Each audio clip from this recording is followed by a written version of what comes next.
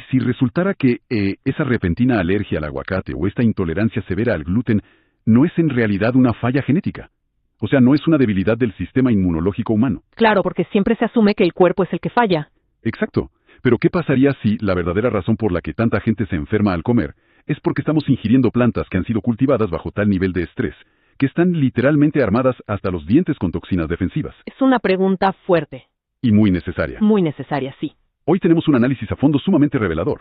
Vamos a basarnos en un ensayo fascinante del investigador Ray Pitt llamado La leche en contexto, alergias, ecología y algunos mitos. Un texto interesantísimo, por cierto. Totalmente. El objetivo principal de nuestra exploración de hoy es desentrañar la verdadera causa detrás del aumento moderno de las alergias alimentarias, entender el contexto ecológico de lo que ponemos en el plato y, de paso, limpiar la reputación de uno de los alimentos más demonizados de nuestra era, la leche.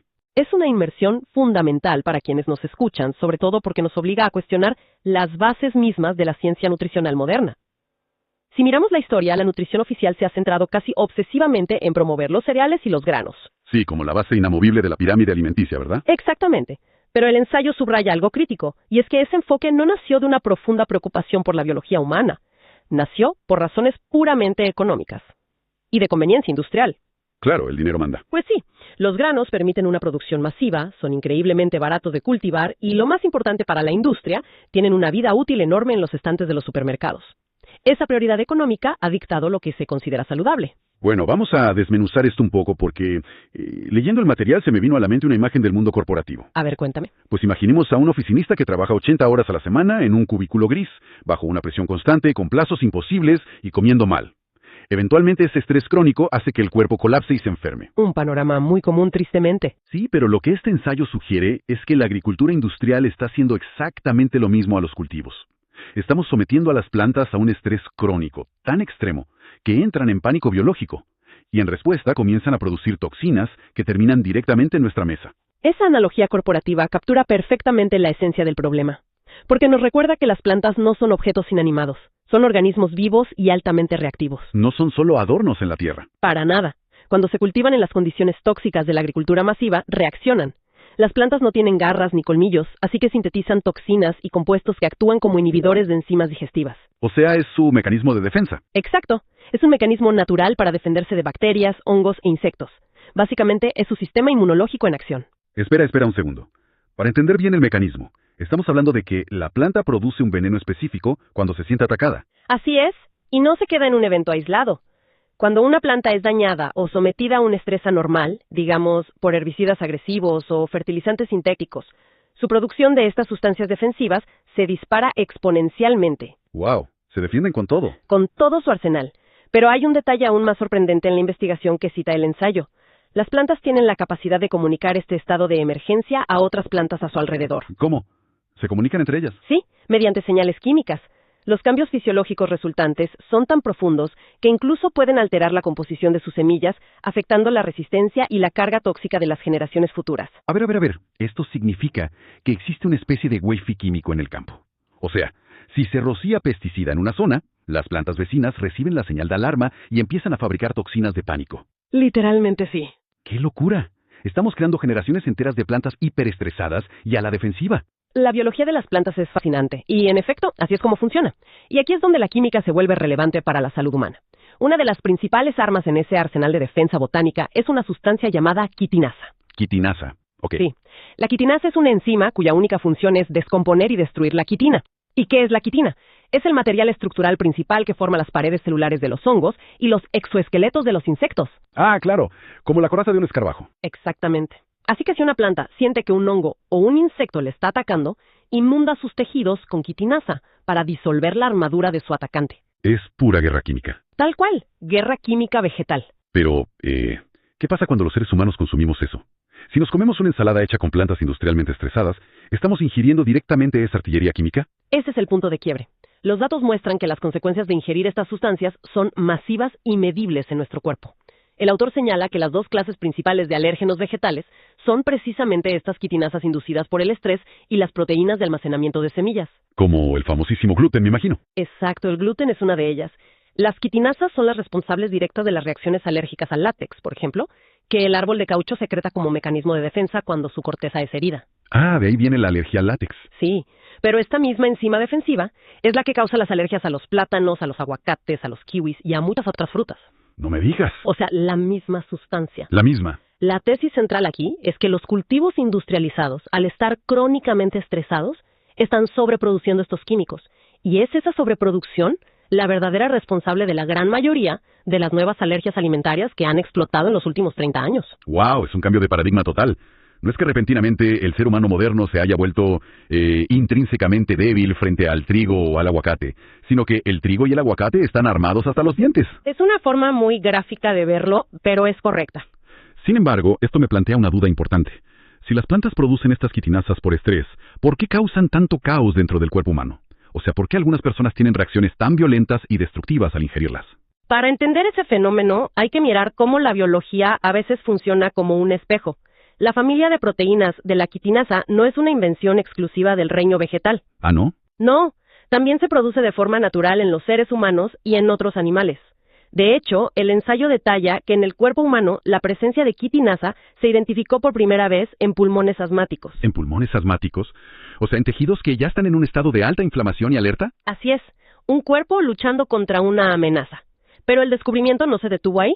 Luego se detectaron niveles altísimos de quitinasa humana en el endometrio uterino, específicamente durante situaciones fisiológicas dominadas por la hormona estrógeno. Ok, a ver si voy entendiendo la conexión. Lo que la ciencia revela aquí es que el estrógeno y el estrés crónico provocan que los tejidos humanos produzcan antígenos, que son a nivel molecular esencialmente los mismos que las proteínas defensivas que las plantas fabrican cuando están estresadas. Wow, necesito procesar esto. El estrés ambiental en la planta genera los mismos marcadores químicos que el estrés y el estrógeno generan dentro del cuerpo humano. Es una convergencia biológica asombrosa. Y esto nos da la respuesta a condiciones muy complejas como la enfermedad celíaca, que es una reacción autoinmune severa al gluten. Que por cierto, cada vez es más común. Y fíjate que la fuente hace hincapié en que la enfermedad celíaca es estadísticamente mucho más común en mujeres. Y eso por el estrógeno. Exacto.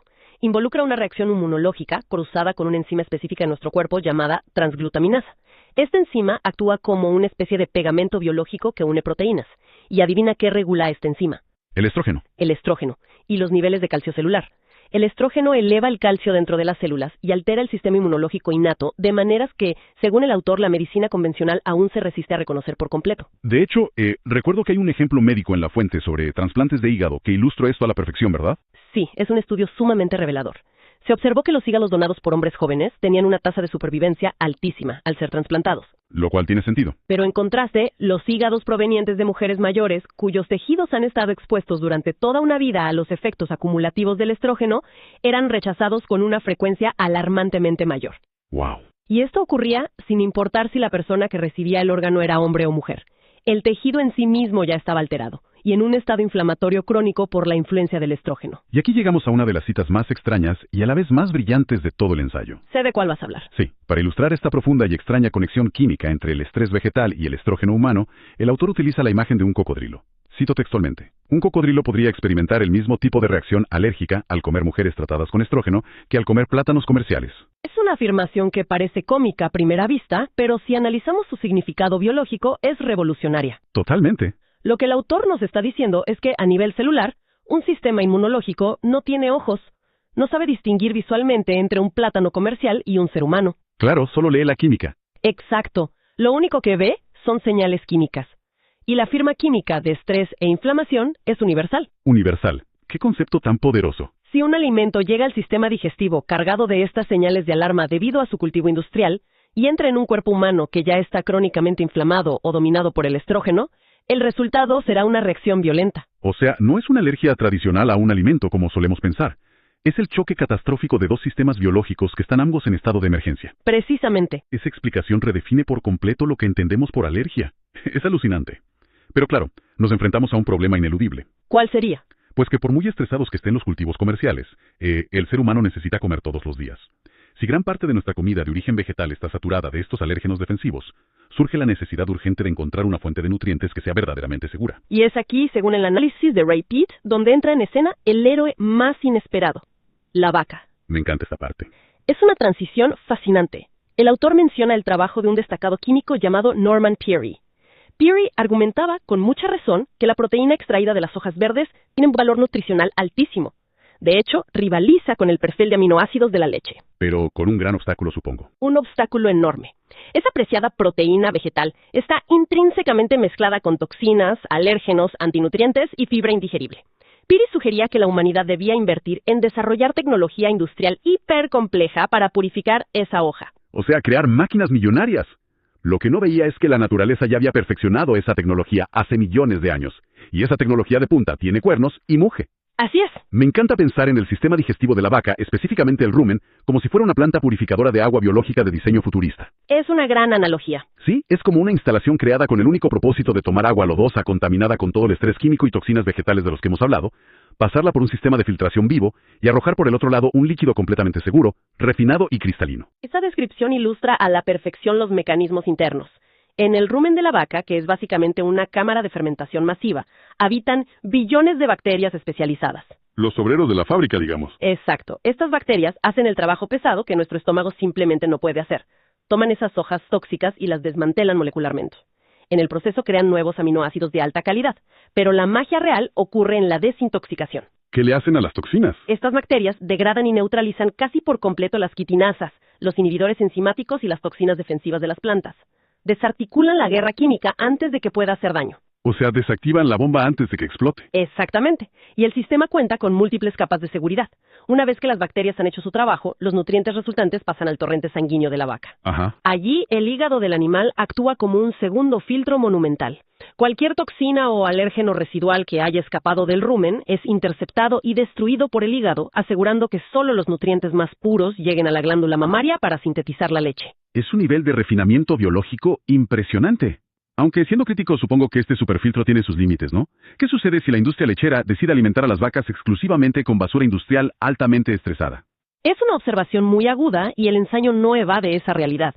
Este extraordinario filtro biológico pierde eficacia si la dieta de la vaca es atroz. Como pasa en muchas granjas industriales. Claro, si se satura el sistema digestivo con un exceso antinatural de granos comerciales llenos de pesticidas en lugar de pasto, algunos alérgenos pueden eventualmente filtrarse hacia la leche. Tiene lógica. Sin embargo, hay un factor económico interesante que juega a favor del consumidor en este caso. ¿Cuál sería? Pues que una vaca crónicamente enferma o intoxicada deja de ser rentable de inmediato, porque su producción de leche se desploma. Ah, claro. Si la vaca está enferma, no da leche y el granjero pierde dinero. Por pura lógica financiera, las granjas lecheras necesitan mantener a los animales lo suficientemente sanos para que este sistema de filtración siga operando, lo que garantiza un nivel base de pureza muy superior al de cualquier planta comercial directa. Entendido. La leche entera y pura, por sus propios mecanismos biológicos, resulta ser uno de los alimentos más seguros que existen. Pero, a ver, aquí hay una enorme contradicción. Te escucho. Si la leche es este elixir refinado, ¿por qué la cultura moderna está convencida de lo contrario?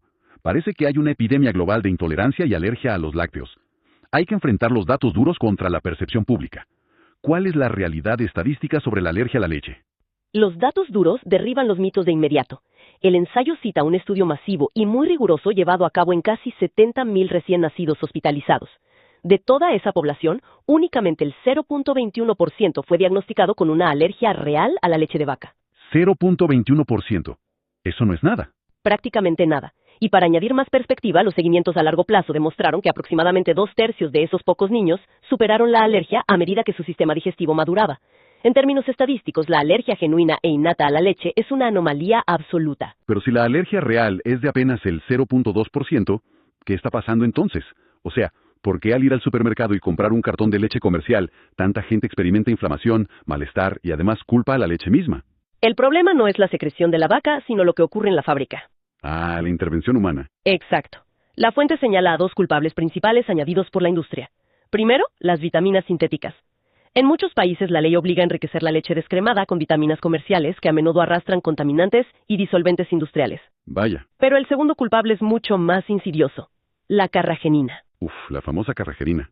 Aparece en las etiquetas de casi todo hoy en día. Es impresionante su uso. Es un agente espesante derivado de ciertas algas rojas. Se utiliza masivamente en leches de supermercado, helados, yogures e irónicamente en casi todas las supuestas leches vegetales para darles una textura cremosa falsa. Claro, para que parezca leche real. Sí, pero el problema médico con la carragenina es que actúa como un alérgeno potente. La literatura médica muestra que desencadena una condición llamada pseudoalergia al látex. Otra vez el látex. Así es. Peor aún, altera gravemente el metabolismo del calcio celular, lo cual es una receta garantizada para desencadenar inflamación intestinal crónica. Por eso, desde un punto de vista fisiológico, la leche entera pura y sin ningún aditivo es la única opción segura. Pero si aceptamos que el cuerpo humano tolera la leche y que los aditivos son el problema, nos queda un misterio por resolver. La intolerancia a la lactosa. Exactamente. ¿Qué pasa con la enzima lactasa? Porque la narrativa médica predominante asegura que poblaciones enteras son genéticamente defectuosas y pierden la capacidad de producir lactasa en la edad adulta, impidiéndoles digerir el azúcar de la leche. Bueno, la evidencia sobre la intolerancia a la lactosa ofrece un panorama muy diferente al del determinismo genético. El ensayo detalla pruebas clínicas donde personas formalmente diagnosticadas como intolerantes a la lactosa demostraron tolerar consistentemente al menos un vaso de leche si lo consumían junto con los alimentos. O sea que sí podían digerirla. Sí, y más revelador aún es el proceso de adaptación. Si estas personas consumen pequeñas cantidades de leche diariamente, sus bacterias intestinales se adaptan en cuestión de semanas, reduciendo drásticamente la producción de gas hidrógeno, que es lo que causa el malestar. Entonces la capacidad de digerir la leche se puede rehabilitar entrenando al intestino. Totalmente. Pero a ver, si no es genético, ¿cuál es el mecanismo exacto por el que se pierde esa enzima lactasa, en primer lugar? El mecanismo subyacente rara vez es un defecto en el ADN. Suele ser el resultado de daño estructural en el intestino. La lactasa se produce en las microvellosidades del intestino delgado. Cuando hay un sobrecrecimiento bacteriano en esa área, una condición conocida como SIBO, donde bacterias del colon invaden el intestino delgado, estas bacterias dañan la pared intestinal. Y destruyen las fábricas microscópicas de lactasa, me imagino. Exactamente. ¿Y qué causa este sobrecrecimiento bacteriano? Generalmente, un estado de hipotiroidismo que ralentiza la digestión. Además, el estrés crónico agota la hormona progesterona, lo que desencadena una cascada química que paraliza las funciones digestivas óptimas. A ver si logramos conectar todas las piezas de este rompecabezas porque es fascinante.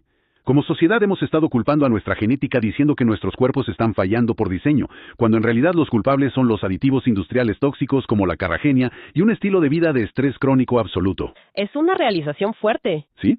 Ese estrés destruye el equilibrio hormonal, deprime la tiroides, permite que las bacterias colonicen donde no deben y finalmente apaga nuestra capacidad de procesar un alimento perfectamente nutritivo. Ese es el gran panorama. El estrés sistémico altera radicalmente nuestras hormonas, dispara los niveles de estrógeno y cortisol y hunde la progesterona protectora. Un desastre metabólico. Perfecta. Intentamos culpar al alimento puro y ancestral cuando el verdadero responsable es el contexto ecológico e interno de estrés en el que intentamos procesarlo. Es una bofetada de realidad a la nutrición moderna, de verdad. Y bueno, ahora habiendo limpiado la reputación digestiva de la leche entera, el ensayo entra en un territorio aún más controversial. ¿Ah, sí? ¿La prevención de enfermedades? Así es. Explora el papel activo de los lácteos no solo como algo inofensivo, sino como una herramienta potente para prevenir enfermedades metabólicas y degenerativas. Y todo este mecanismo gira en torno al perfil mineral de la leche, específicamente al calcio y a su archienemigo biológico, la hormona paratiroidea, o PTH. Esta sección del ensayo es fundamental. Ray Peat basa su análisis en observaciones históricas y antropológicas que realizó entre las décadas de los 60 y 80. ¿Y qué fue lo que observó? Observó de cerca a las poblaciones en países eslavos y en México durante una época donde el acceso a leche fresca y de buena calidad era muy limitada en la dieta promedio. Lo que notó fue un patrón claro, una prevalencia significativa de obesidad, cinturas ensanchadas y menor estatura. Y el contraste fue lo que encendió la bombilla, ¿no? Así es. Al comparar estas poblaciones con países como Finlandia, donde el consumo diario de queso y leche abundantes era la norma cultural, se observaba una población considerablemente más delgada y alta. ¿Y en México hubo algún cambio? Lo fascinante ocurrió 20 años después, en México, cuando la cadena de suministro de lácteos mejoró y la buena leche se volvió accesible. Se registró un cambio físico generacional hacia personas más altas y delgadas. Él correlacionó directamente esta transformación metabólica poblacional con el aumento drástico en el consumo de calcio. Sé que esto va en contra de absolutamente todo lo que dictan las dietas modernas. Hoy en día, la idea de beber leche entera y comer queso para combatir la obesidad es considerada casi una herejía nutricional. Totalmente herético para algunos. Pero el ensayo insiste en que esto no es magia, sino que se basa en un mecanismo hormonal muy específico relacionado con esa sigla, la PTH.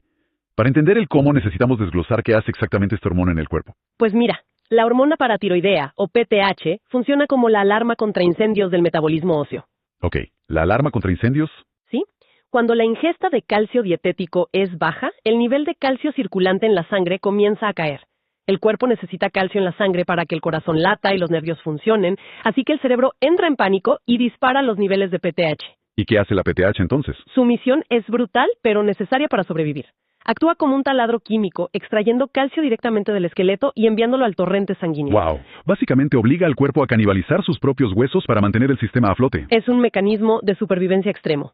El peligro crítico surge cuando la dieta es consistentemente pobre en calcio y la PTH se mantiene elevada de forma crónica. El ensayo detalla que una PTH crónicamente alta fomenta una inflamación sistémica devastadora. Claro, porque estás en estado de alarma todo el tiempo. Exacto. Ese calcio que la hormona arranca de los huesos no siempre se usa de forma eficiente. A menudo termina depositándose en los tejidos blandos. ¿Y eso qué provoca? Esto genera calcificación en los vasos sanguíneos, en los riñones y en las articulaciones. Más allá de eso, la PTH elevada es un factor clave en el síndrome metabólico, impulsando la diabetes, la hipertensión, el insomnio severo, e incluso hay datos de que acelera el crecimiento de ciertos cánceres como el de próstata y el de mama. ¡Qué locura! Entonces, evitar los lácteos por miedo a engordar termina activando una hormona de emergencia que calcifica las arterias y fomenta enfermedades crónicas crudas. Así de paradójico es. Pero miremos la otra cara de la moneda. ¿Cuál es el mecanismo exacto que ocurre cuando se consume calcio de forma abundante mediante lácteos enteros? ¿Cómo revierte esto el daño? Al saturar el cuerpo con calcio dietético idealmente junto con vitamina D y magnesio, que actúan como cofactores, se silencia por completo la alarma de la PTH. Al suprimir esta hormona del estrés, ocurren cambios metabólicos maravillosos a nivel celular. A ver, cuéntame esos cambios. Por un lado, el calcio abundante activa las llamadas proteínas desacoplantes. Podemos visualizar estas proteínas como si pusieran el motor de un coche en punto muerto mientras se acelera a fondo.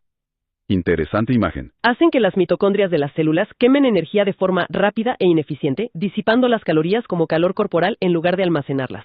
Es un acelerador metabólico natural. O sea que quemas calorías sin hacer nada. Básicamente. Por otro lado, el calcio suprime una enzima llamada sintasa de ácidos grasos.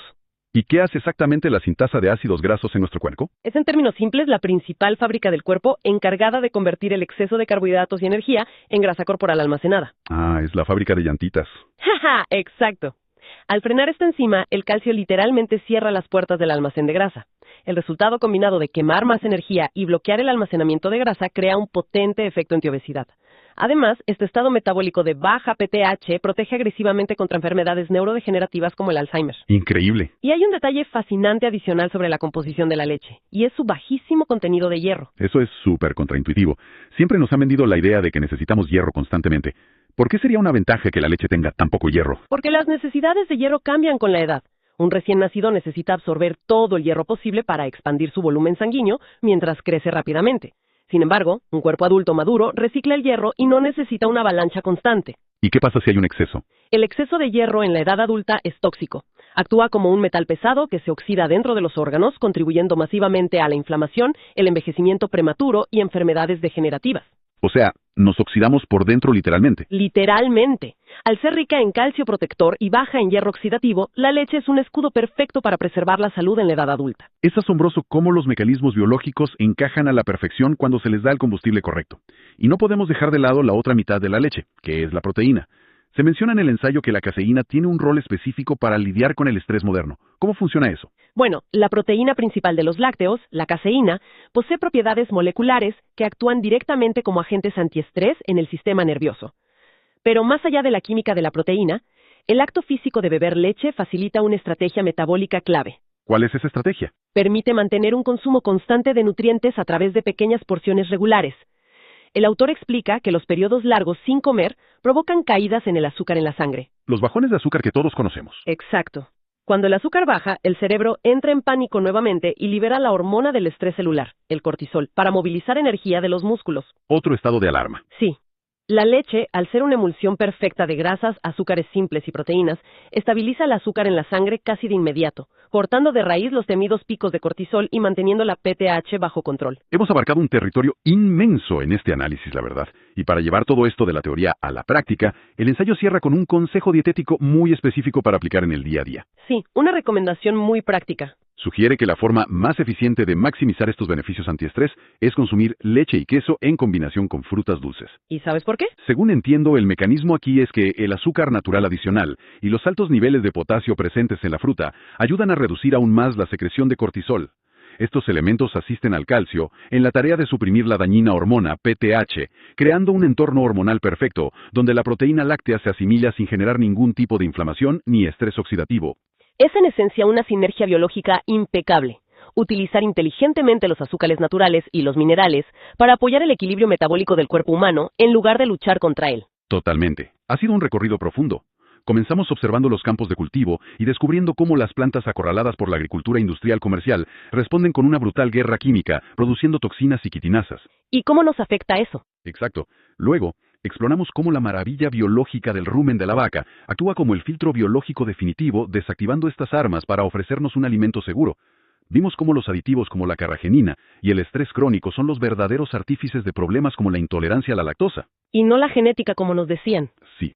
Y finalmente, desmenuzamos el impresionante mecanismo del calcio para silenciar la destructiva hormona PTH. Este análisis demuestra con una claridad biológica innegable que es completamente imposible intentar separar la calidad de nuestro entorno ecológico de la fisiología íntima de nuestras células. Y para cerrar, a quienes nos escuchan, nos gustaría dejarles una idea provocativa, algo que resuene y abra nuevas preguntas sobre cómo entendemos la medicina y la biología. Claro, para que lo piensen un poco. Si la premisa central que hemos analizado es cierta, y las plantas tienen la capacidad de transmitir químicamente el nivel de estrés de su entorno a través de la cadena alimentaria mediante toxinas defensivas, entonces los conceptos básicos que tenemos sobre salud y enfermedad están dolorosamente incompletos. Es una reflexión muy fuerte. Tal vez la epidemia moderna de alergias intratables, problemas autoinmunes y enfermedades crónicas no sea simplemente un fallo genético aislado de la biología humana, tal vez sea algo mucho más profundo. Un eco biológico, el eco de un planeta que ha sido llevado al límite de su tolerancia ecológica. ¡Wow! ¿Cuánto de lo que diagnosticamos como mala salud es en realidad un cuerpo humano sano leyendo e interpretando las señales de estrés extremo del entorno codificadas directamente en la comida? Volviendo a nuestra imagen del mundo corporativo inicial, no es que el oficinista sea intrínsecamente débil por desmoronarse y enfermarse. Es que el edificio entero está en llamas, lleno de humo tóxico y su sistema inmunológico es el único que está prestando atención a la alarma.